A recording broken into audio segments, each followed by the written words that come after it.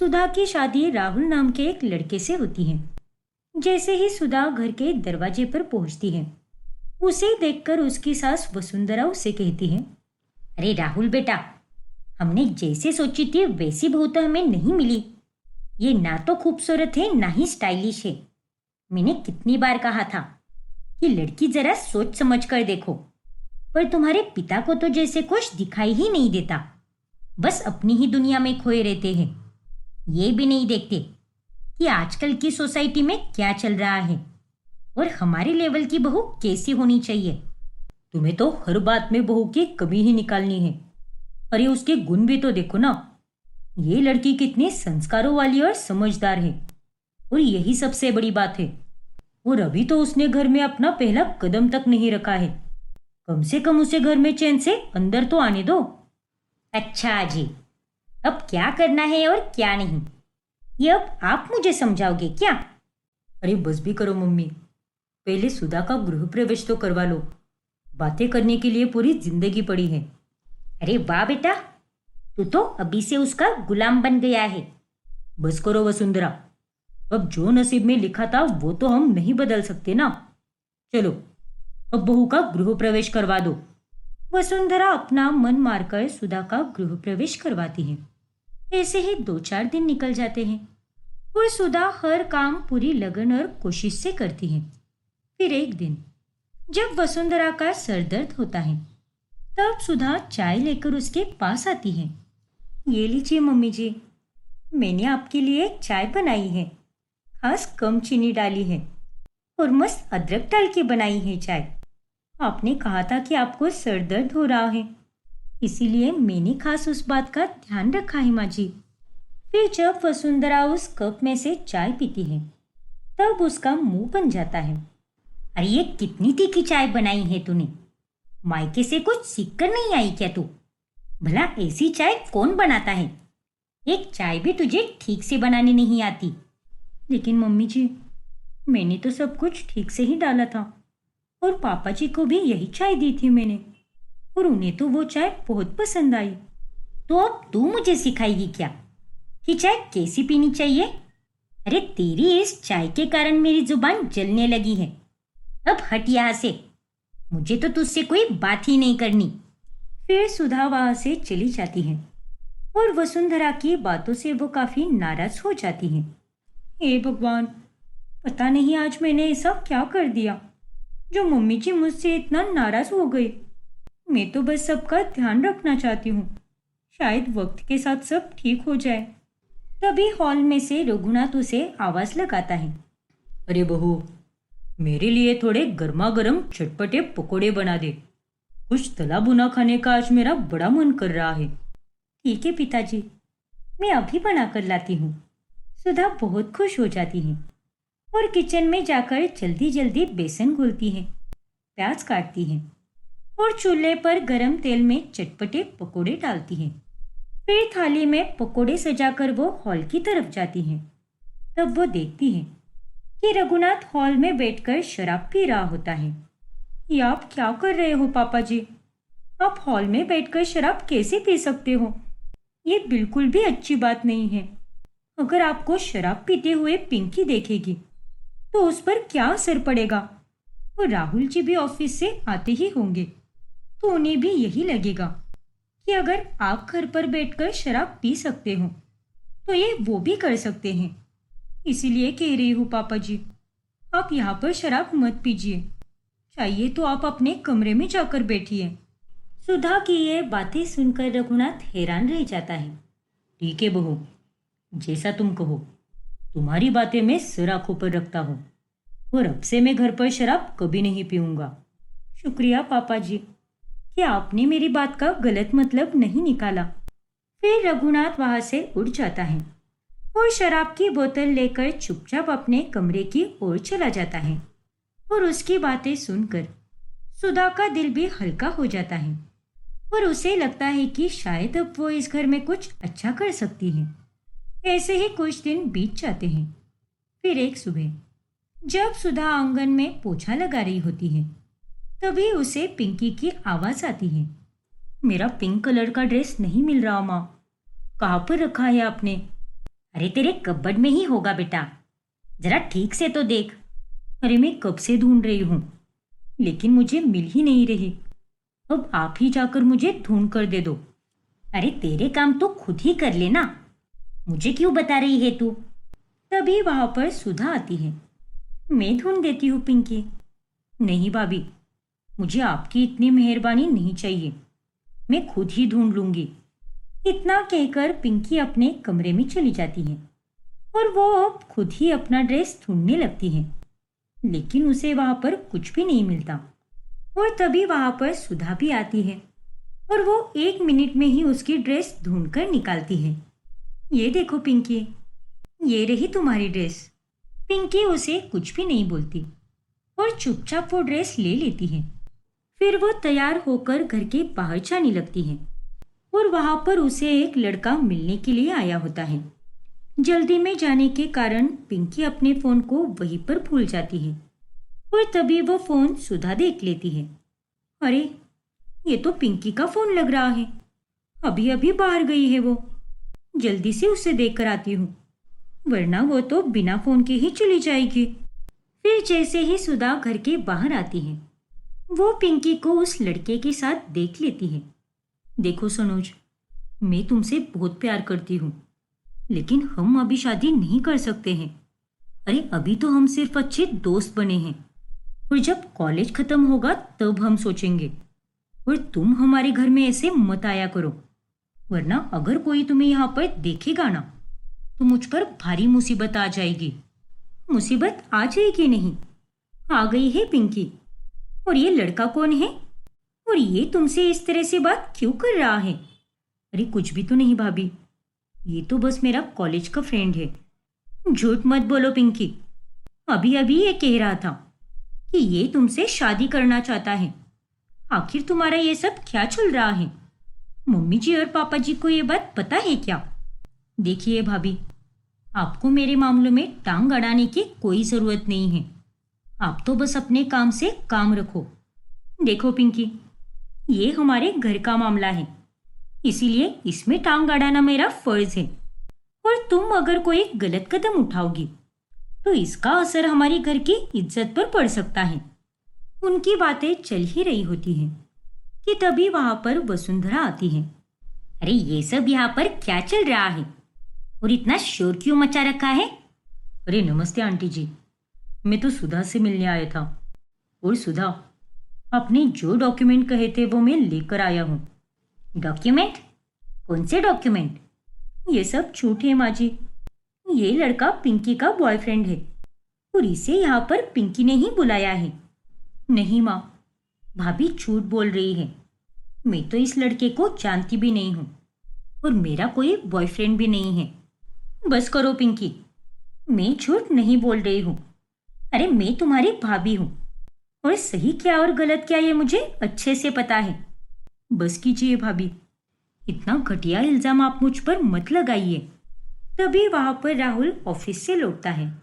अरे क्या हुआ है, आप सभी लोग घर के बाहर क्या कर रहे हो?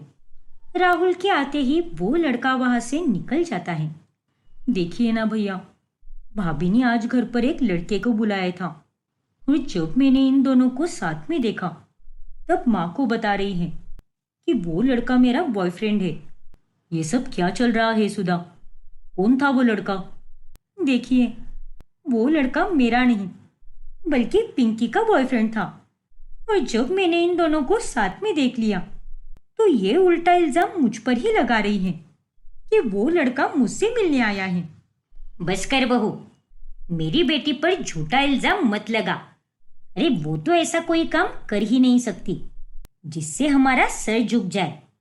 अच्छा ठीक है माँ, अब जो हुआ सो हो गया। अब सब लोग अपने अपने काम पर लग जाओ और इस बात को यहीं पर खत्म करो। फिर सभी लोग चुपचाप अपने कमरे में चले जाते हैं और अब सुधा सोच में पड़ जाती है। पता नहीं इस घर में ये सब क्या चल रहा है, एक दिन भी मेरा चैन से नहीं गुजरता। आज तो मेरी कोई गलती भी नहीं थी, अब सच कहना भी गुनाह हो गया है क्या?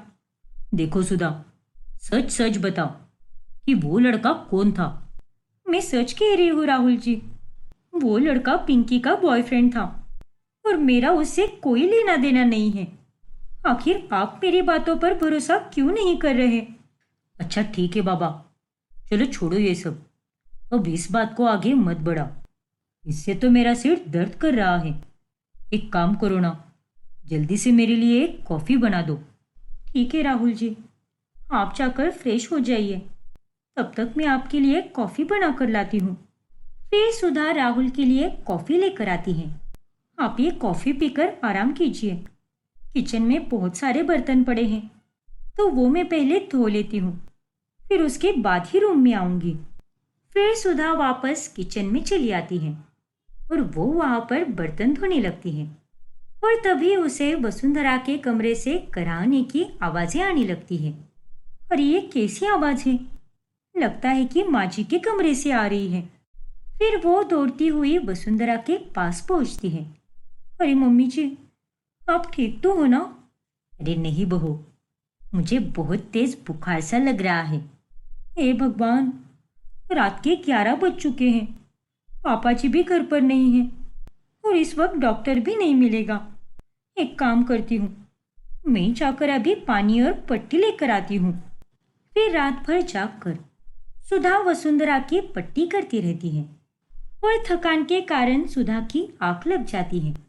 फिर सुबह होते ही जब वसुंधरा की आंख खुलती है, तब वो सुधा को उसके पैरों में सोई हुई देखती है। ये तो वही बहू है जिसे मैंने घर आते ही ताने मारे थे, हर बात पर दोषी ठहराया था। मेरी हर बात ये चुपचाप सहती रही, पर आज देखो, ये रात भर जागकर मेरी सेवा करती रही। मेरी पट्टी भी की उसने, वो भी बिना किसी शिकायत के। और आज इसी के कारण मेरा बुखार भी उतर गया है। हे भगवान, तेरा लाख लाख शुक्रिया जो तूने मुझे ऐसी बहू दे दी। बहू, अरे सुधा बहू, उठ जा बेटा। अरे मम्मी जी, आप कब उठी? और आपकी तबीयत अब कैसी है मम्मी जी? ठीक तो लग रहा है ना आपको? हाँ बहू, अब मुझे बिल्कुल ठीक लग रहा है। पर तू यहाँ पर पूरी रात जमीन पर ही सोती रही, अपने कमरे में जाकर सो जाती ना। अरे नहीं मम्मी जी, आप तो बीमार थी ना, तो आपको अकेला छोड़कर मैं वापस कैसे चली जाती भला? तेरा बहुत शुक्रिया बहू, सच में तुम बहुत अच्छी हो। आप भी बहुत अच्छी हो मम्मी जी। चलो, अब मैं फटाफट से तैयार हो जाती हूँ और फिर उसके बाद खाना बना लेती हूँ। तब तक आप थोड़ा आराम कीजिए, उठकर काम करने की कोई ज़रूरत नहीं है। फिर जब सुधा किचन में काम कर रही होती है, तभी वहाँ पर पिंकी आ जाती है। अरे भाभी, मुझे आपसे कुछ कहना है। हाँ पिंकी, कहो क्या बात है? वो हमारे कॉलेज में एक फूड कंपटीशन है और मुझे कुछ भी बनाना नहीं आता, इसलिए आप अगर मुझे कुछ सिखा दोगी तो मैं शायद वो कंपटीशन जीत भी जाऊं और उससे मुझे अच्छे मार्क्स मिल जाएंगे, जिससे मेरी रैंकिंग में सुधार भी आ सकता है।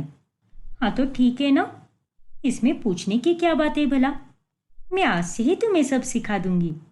फिर उसी दिन से सुधा हर एक दिन पिंकी को अलग अलग डिश बनाना सिखाती है और कुछ ही दिनों में पिंकी अच्छी कुकिंग सीख जाती है और उसके कॉलेज में फूड कंपटीशन में वो फर्स्ट आ जाती है। ये देखिए भाभी, मैं फर्स्ट आई हूँ कॉलेज में, और वो भी सिर्फ आपकी वजह से। आपको पता है, मेरे हाथ का खाना खाकर सबने मेरी बहुत तारीफ की, करेंगे भी क्यों नहीं? आपने जो सिखाया था मुझे। थैंक यू सो मच भाभी।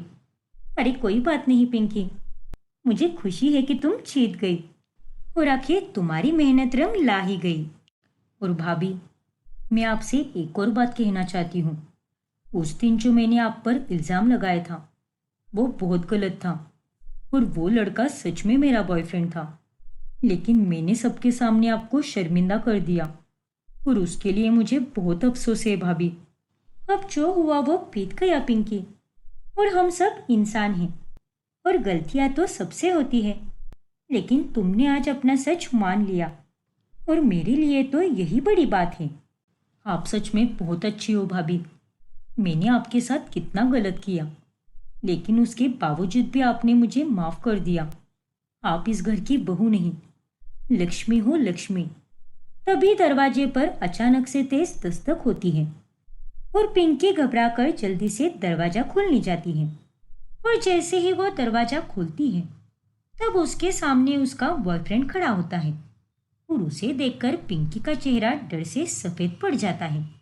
वो बिना कुछ बोले घबराकर तुरंत दरवाजा बंद कर देती है और दौड़ती हुई सीधा सुधा के पास पहुंच जाती है। भाभी, प्लीज दरवाजा मत खोलिए। मेरा बॉयफ्रेंड पागल हो गया है और वो कुछ भी कर सकता है। तुम घबराओ मत पिंकी, मैं हूं ना तुम्हारे साथ। वो तुम्हें कोई नुकसान नहीं कर पाएगा। तभी अचानक से दरवाजा खुलता है और वो लड़का गुस्से में अंदर घुस जाता है। पिंकी, तू मेरा फोन क्यों नहीं उठा रही? अरे तुझे क्या लगता है, बात ना करके तुम मुझसे पीछा छुड़ा लेगी क्या? ए लड़के, तमीज से बात करो। ये कोई सड़क नहीं, हमारा घर है। और मेरी ननद कोई एरी गेरी चीज नहीं है जो जब तुम चाहो उसे डराओ और धमकाओ। तू बीच में मत आ, वरना अच्छा नहीं होगा। सुधा और उस लड़के की बात चल ही रही होती है कि तभी पिंकी पुलिस को फोन लगाती है। इसके मुंह मत लगो भाभी, और अब पीछे हट जाओ। मैंने पुलिस को फोन कर दिया है और वो यहाँ पर किसी भी वक्त आते होंगे और अब तो ये लड़का पक्का जेल में सड़ेगा। फिर पुलिस आकर उस लड़के को पकड़कर लेकर जाती है और जब घर वालों को ये बात पता चलती है तब वो लोग सुधा पर बहुत खुश होते हैं और उसी दिन पहली बार सुधा को अपने ससुराल में बिना किसी शिकायत के या किसी भी झगड़े के ना होने के कारण चैन की नींद मिलती है। अरे ये क्या, आज भी वही हरी भरी सब्जियां? हाँ रणदीप, आज ये आलू मेथी बनाई है मैंने। खाकर बताओ तो कैसी बनी है? अरे क्या तुम भी बहू और सुलग्ना तुम? अरे तुम दोनों ने क्या हमें गाय भैंस समझ के रखा है क्या, जो सुबह शाम हम ये हरी भरी सब्जियां चरते रहे? अरे पिछले 4 से 5 दिनों से हम तो बस यही खा रहे हैं। अरे कितनी स्वादिष्ट बनी है सब्जी, और आप हो कि मुंह बना रहे हो।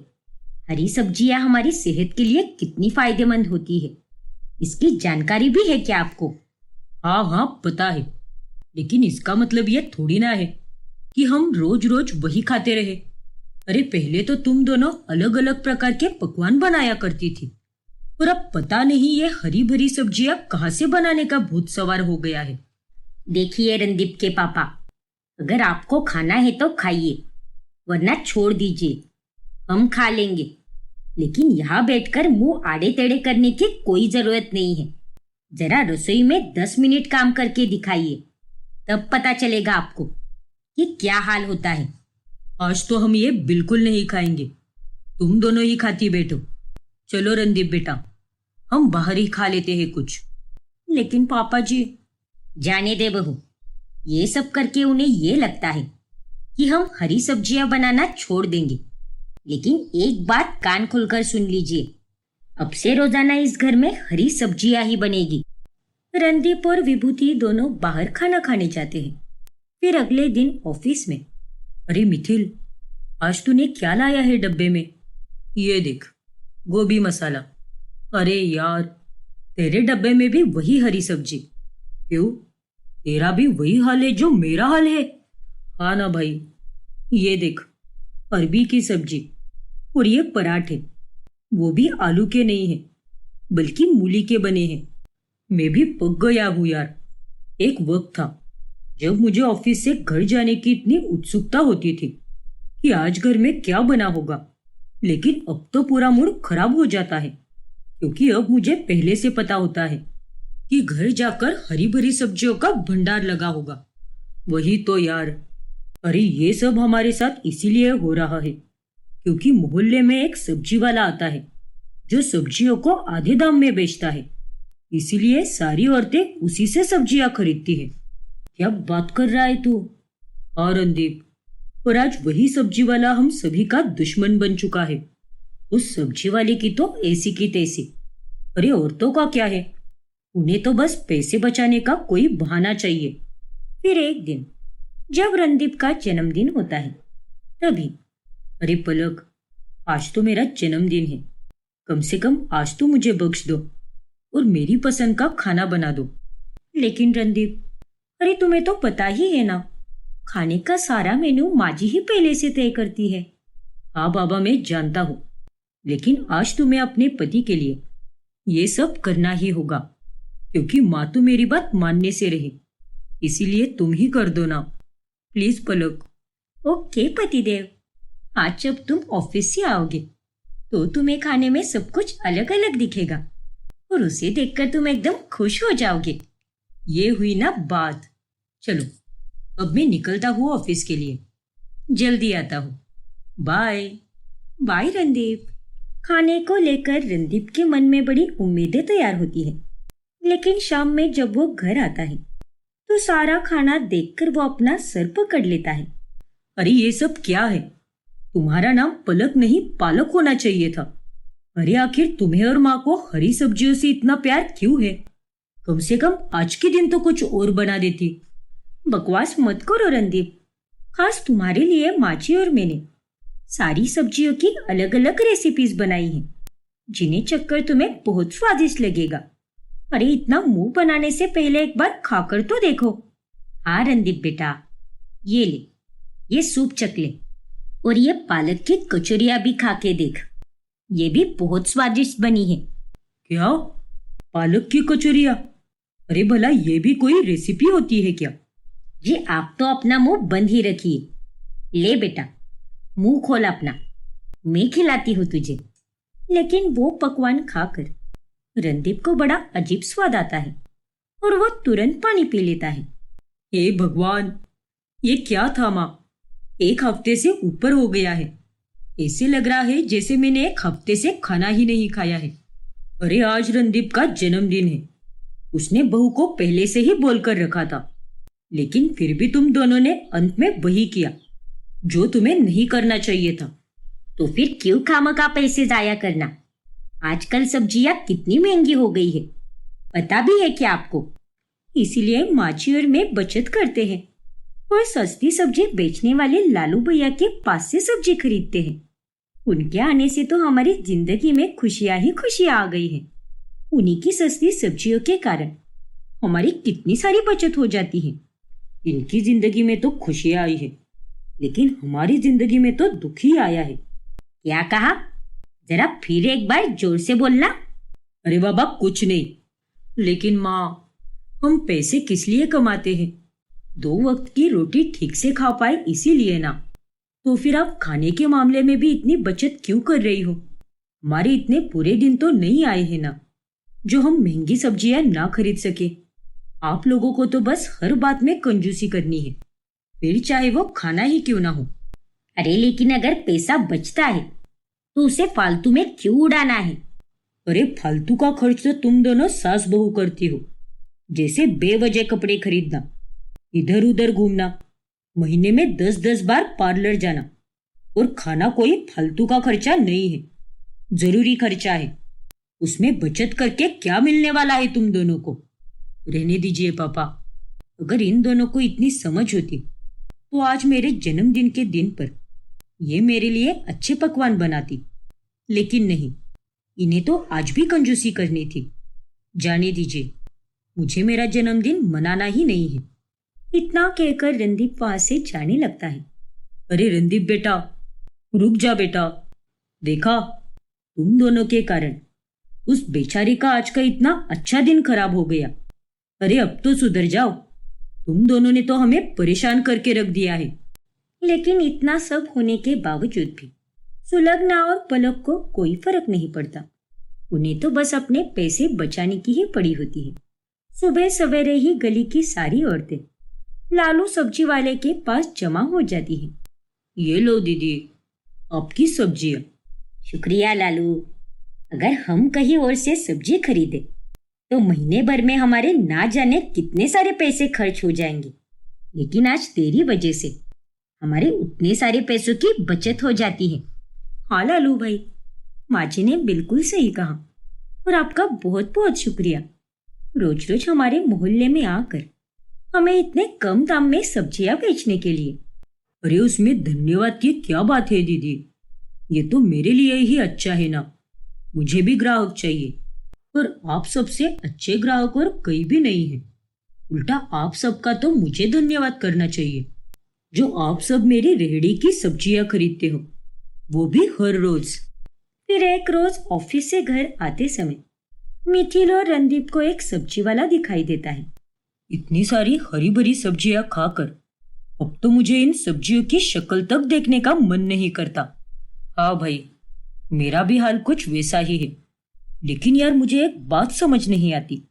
बाजार में बाकी सब्जी वाले एकदम महंगे दाम में सब्जी बेचते हैं, बस एक वो लालू सब्जी वाला है जो हमारे मोहल्ले में आकर रोजाना सस्ती सब्जियां बेचता है।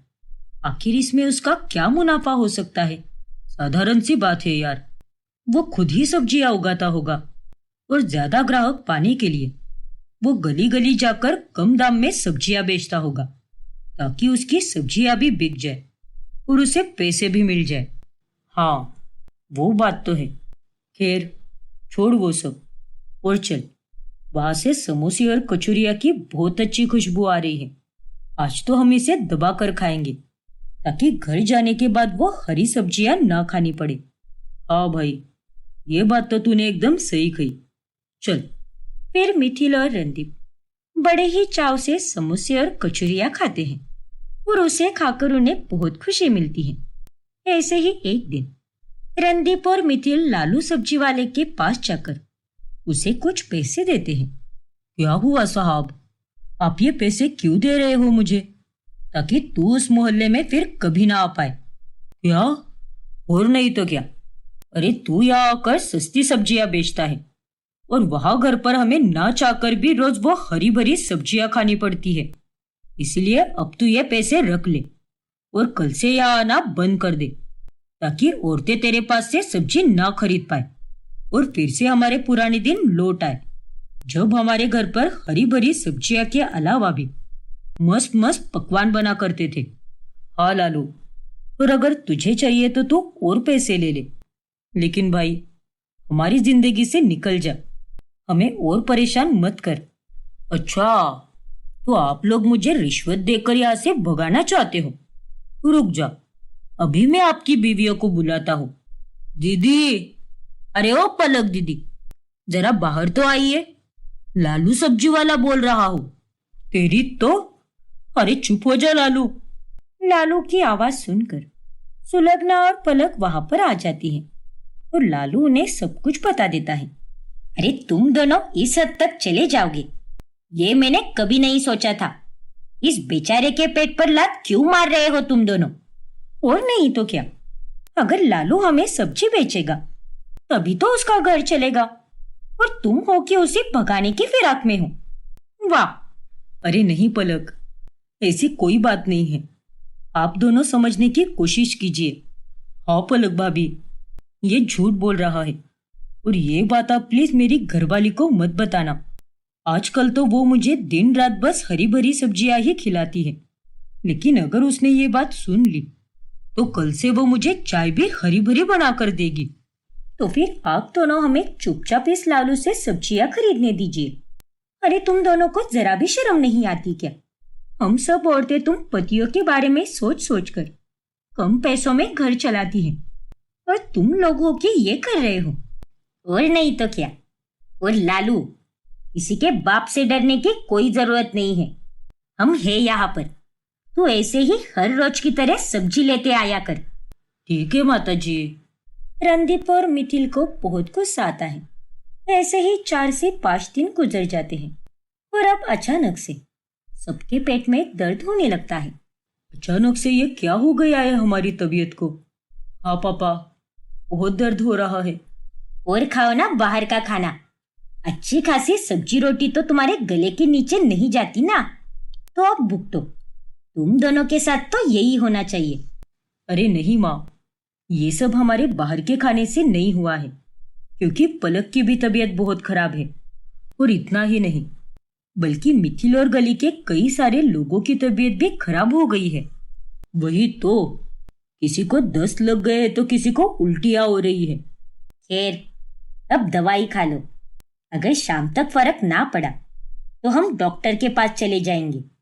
इतना कहकर सुलग्ना वहां से चली जाती है और बाजार से लौटते समय सुलग्ना लालू सब्जी वाले को एक सुनसान सी जगह पर देखती है, जहां पर वो गंदी सब्जियों को धो रहा होता है। बेवकूफ लोग, सबको लगता है कि मेरी सब्जियां वाकई में तरोताजा है, लेकिन असलियत तो किसी को पता ही नहीं है, और ना ही कभी पता चलनी चाहिए कि मैं उन्हें गंदी क्वालिटी वाली सब्जियां कम दाम में बेचता हूँ। क्या? इतना बड़ा धोखा? इस नालायक की सब्जियों के कारण ही हमारी तबीयत खराब हो चुकी है।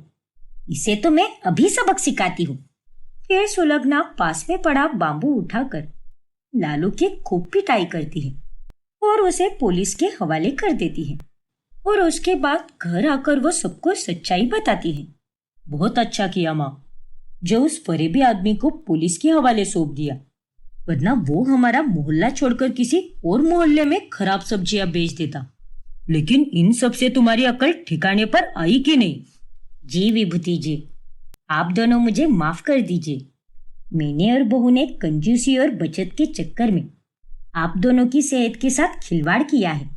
लेकिन इस सब से मुझे एक बहुत अच्छा सबक मिल गया है कि जीवन में जो खर्चे जरूरी है उन्हें करते समय सोचना नहीं चाहिए, और साथ ही किसी भी चीज को नियमित रूप से किया जाना चाहिए।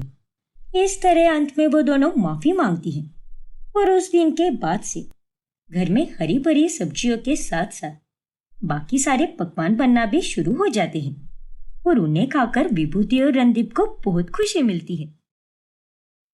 ये लीजिए माँ जी, आप सबके लिए एकदम पौष्टिक नाश्ता। खाइए इसे और बताइए कैसा बना है। ये क्या है बहू, पहली बार तूने कुछ बनाया है, और बना बना कर भी एक घासपूस जैसा खाना बनाया। अरे बहू, ये कौन से ग्रह का खाना है? इसे तो खाना कहती है। वही तो। अरे हमें क्या तुमने जानवर समझ के रखा है क्या? हाँ बहू, इस घर में सबको चटपटा खाना पसंद है। माफ कर दीजिए माँ जी, मुझे लगा कि आप सबको ये पसंद आएगा। मैं ज्यादातर ऐसे ही हेल्दी खाना खाती हूँ ना, और मुझे ये बहुत पसंद है। अरे लेकिन ये जरूरी थोड़ी ना है कि तुझे पसंद है मतलब सबको पसंद आएगा। जी माँ जी, वो बात भी है। ठीक है, मैं अगली बार से ध्यान रखूंगी और ये ऐसा खाना कभी कभार ही बनाऊंगी। लेकिन अभी के लिए आप सब ये खा लीजिए ना। ना बाबा ना, मैं तो ये खाना बिल्कुल नहीं खा सकता। हाँ बहू, कभी कभार भी नहीं। अपना ये पौष्टिक खाना तो अपने पास ही रख। अब जाकर छोले कुलचे और मस्त रबड़ी बना दे। और मेरे लिए पिज्जा। मैं पिज्जा और छोले कुलचे दोनों खाऊंगा। बस उनके साथ प्याज की कचौरियां मिल जाती तो मजा ही आ जाता। क्यों फूलमती? हाँ हाँ, क्यों नहीं। क्या इतना सारा खाना? हाँ बहू, अब जाकर जल्दी से बना दे खाना। फिर मयूरी चुपचाप रसोई में जाकर सारा खाना बनाने लगती है। ऐसे ही अब उसके ससुराल वाले रोजाना उससे चटपटे पकवान बनाते रहते हैं।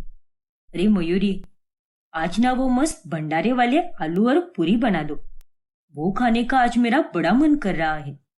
और बहू, तुम महाराष्ट्रियन हो ना, तो तुम्हारे यहाँ बनने वाला ठेचा भी बनाना, बड़ा मजा आएगा। और मुझे पाव भाजी खाने का बहुत मन कर रहा है। उसके साथ वो पकोड़ा चाट भी हो जाता तो मजा ही आ जाता। मीठे में क्या बोले, बताइए अखिलेश जी। मीठे में जलेबियां बना दो, वही सही रहेगा। एकदम रंजीत हलवाई के जैसे बनाना। हे भगवान, अगर आप सब इतना सारा चटपटा और तला भुना खाना खाओगे तो आपकी तबीयत पर बहुत बुरा असर पड़ सकता है। इस तरह के पकवान कभी कभार खाए जाए वो अलग बात होती है, वरना इसका रोजाना सेवन करना खतरे से खाली नहीं है। अरे ओ ज्ञान की देवी, अपना मुंह बंद कर। अरे घड़ी का कोई भरोसा नहीं। हम आज है लेकिन कल नहीं, इसलिए जी भर के खाओ। ये सेहत वगैरह की पंचायत लेकर क्या बैठ जाती है तू? पर माँ जी। देखो बहू, अब जाकर रसोई में अपना काम शुरू करो। हम सारे पकवानों को बनने की राह देखेंगे। अब जल्दी करो। मयूरी अब सबकी रोज रोज की फरमाइशें सुनकर बहुत ज्यादा परेशान होने लगती है। ऐसे ही 1 महीना बीतता है। अरे क्या हुआ माँ जी, आप इतनी परेशान क्यों लग रही हो? देखना बहू, अब मैं पहले से कुछ ज्यादा ही मोटी हो चुकी हूं ना, तो मुझे ये पुरानी साड़ियों के ब्लाउज आ ही नहीं रहे। बहुत महंगी महंगी साड़ियों के ब्लाउज है ये। हे भगवान, मैंने तो आपको पहले ही बोला था कि अपने खाने के ऊपर ध्यान रखो, हद से ज्यादा मत खाओ। लेकिन नहीं, आप लोगों को तो अच्छे खाने की जगह पर बस तीखे और मसालेदार पकवान ही खाने होते हैं। अरे ऐसी कोई बात नहीं है बहू, ऐसी ही बात है माँ जी। मेरे यहाँ पर आने से पहले आप ही घर का सारा काम करती थी, तब इतना कुछ नहीं बनता होगा। लेकिन पिछले 1.5 महीने से मेरे यहाँ पर आने के बाद आप तीनों बस दिन रात ऑर्डर पे ऑर्डर ही देते रहते हो। और क्यों नहीं दोगे? मुफ्त का खाना बनाने वाली जो आ चुकी है घर में। अब तू कुछ ज्यादा ही बोल रही है बहू, अपनी जबान को काबू में रख। दिन ब दिन बहुत तेज हो रही है ये। मैंने तो अपनी जबान से जो सच है वही बोला है। अब क्या करें, सच सुनकर सबको हमेशा मिर्ची ही लगती है। ये ताना देकर मयूरी वहां से चली जाती है और फूलमती को बहुत गुस्सा आ जाता है। अब मुझे अपने दिल पे पत्थर रखकर ये सारी साड़ियों के ब्लाउजेस दूसरों को देने होंगे, क्योंकि अब ये मेरे किसी भी काम के नहीं रहे। लेकिन मयूरी के ताने सुनने के बाद भी फूलमती अपनी हरकतों से बाज नहीं आती और बस दिन रात हर एक घंटे में कुछ ना कुछ वो ठूसती ही रहती है। फिर एक सुबह, अरे मयूरी, आज टिफिन में क्या दिया है तुमने? क्या तुम भी साहिल, जब देखो तो बस भुक्कड़ की तरह खाने के बारे में ही पूछते रहते हो। कभी मेरा हालचाल भी पूछ लिया करो, बेशरम कहीं के। अरे जानो, क्यों उदास होती हो? अब ज्यादा बनो मत। मसाला भिंडी, रोटियां, सलाद, खीर और वेज पुलाव बनाया है। और पापड़, हाँ बाबा, वो भी डाला है मैंने। वैसे मैंने तुम्हें कुछ और भी बोला था, भूल गई क्या तुम? अब क्या बोला था तुमने? आलू टिक्की। मुझे 2 दिन से आलू टिक्की खाने का बड़ा मन कर रहा है। 2 ब्रेक्स होते हैं। पहले ब्रेक में मैं आलू टिक्की खा लूंगा और दूसरे वाले में बाकी का खाना। अरे इंसान हो या राक्षस, जितना दिया है उतना ठूसो पहले। ना जाने कैसे लोग हैं, जितना भी दो कम ही होता है। अरे अपनी हालत देखी है क्या? शादी के पहले कितने हैंडसम दिखते थे और अब देखो कितना पेट बाहर निकल आया है तुम्हारा। दिन ब दिन तुम तो बस गेंडे होते जा रहे हो। साहिल को मयूरी बहुत सुनाती है और उसके बाद वो ऑफिस चला जाता है। फिर एक रोज जब मयूरी की सहेली अबीरा की बर्थडे पार्टी होती है, तभी मयूरी और साहिल वहां पर साथ में जाते हैं। जन्मदिन मुबारक हो अबीरा। शुक्रिया मयूरी और साहिल, तुम दोनों को देखकर बहुत अच्छा लगा। अब एंजॉय करो। हाँ हाँ बिल्कुल। मयूरी, मैं अभी आता हूँ। फिर साहिल पार्टी में सीधे फूड काउंटर पर चला जाता है और वो वहां पर एक एक करके सारे पकवान खाने लगता है। ओ तेरी, वो देख मयूरी, तेरा पति तो ऐसे खाना खा रहा है जैसे कि वो सदियों का भूखा हो। अरे कैसा पति है यार तेरा, तू इतने अच्छे से रहती है और तेरा पति तो जानवरों की तरह बस खाना ही ठूस रहा है। अरे आधे से ज्यादा खाना तो इसने खत्म भी कर लिया है पिछले 20 मिनटों में। क्या गजब का आदमी है यार। अपनी सहेलियों की बातें सुनकर मयूरी को काफी शर्मिंदगी महसूस होती है और वो बीच पार्टी में ही साहिल को लेकर निकल जाती है। क्या यार मयूरी, क्यों निकले हम जल्दी?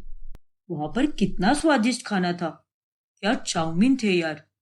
लेकिन तुमने मुझे ठीक से खाने भी नहीं दिया, तुम्हें ना पाप लगेगा, देखना तुम। अरे बकवास बंद करो अपनी, तुमने तो आज मेरी नाक कटवा दी। अरे ऐसे भुक्कड़ों की तरह कोई खाना खाता है क्या? मेरे सारे दोस्त हंस रहे थे तुम पर, तुम्हारी इस घटिया हरकत के कारण। आज तो तुमने मेरा मजाक ही बना दिया है। क्या? और नहीं तो क्या। अरे मैं घर पर रोज घंटों तक मेहनत करके इतना सब बनाकर देती हूँ तुम्हें, लेकिन उसके बाद भी तुम्हारे इस नालायक पेट की भूख मिटती ही नहीं। अरे क्या जरूरत थी तुम्हें वहां पर इतना सब खाने की? अरे पार्टी में जाने से पहले ही तुमने यहाँ पर 3 वड़ा पाव खाए थे। तो मैं भी क्या करता मयूरी, माँ और पापा जो भी तुम्हें बोलते हैं, तुम उनकी पसंद के सारे पकवान बराबर से बना देती हो। लेकिन अगर मैंने कोई फरमाइश की तो मुझे वो पकवान बनाकर देने की जगह तुम मुझे दुनिया भर की गालियां देती हो। इसीलिए मैं बाहर का खाना मजे से खा रहा था। आज के बाद मैं तुम्हें कहीं भी लेकर नहीं जाऊंगी, वरना तुम तो मेरी सारी इज्जत की बैंड बजाकर ही दम लोगे। ये लो माँ जी, पापा जी, आप दोनों की चाय। अरे ये क्या है बहू, सिर्फ चाय? हाँ तो आप दोनों का व्रत है ना आज। व्रत है तो क्या हुआ, व्रत में व्रत वाला खाना तो बनाया जा सकता है ना। तुझे मैंने बताया था ना, केले के चिप्स और साबूदाने के बड़े बनाने के लिए। हाँ बहू, और कल मैंने भी तुझे फरसाण लाने के लिए कहा था, और वो वीडियो भी दिखाई थी जिसमें वो औरत साबूदाने के पराठे बना रही थी, वो भी शेंगदाने की चटनी के साथ। वो भी बना लेती तू। क्या बहू, तू भी ना। अरे माँ जी, अगर आप दोनों को इतना सब खाना है तो व्रत क्यों किया है आपने?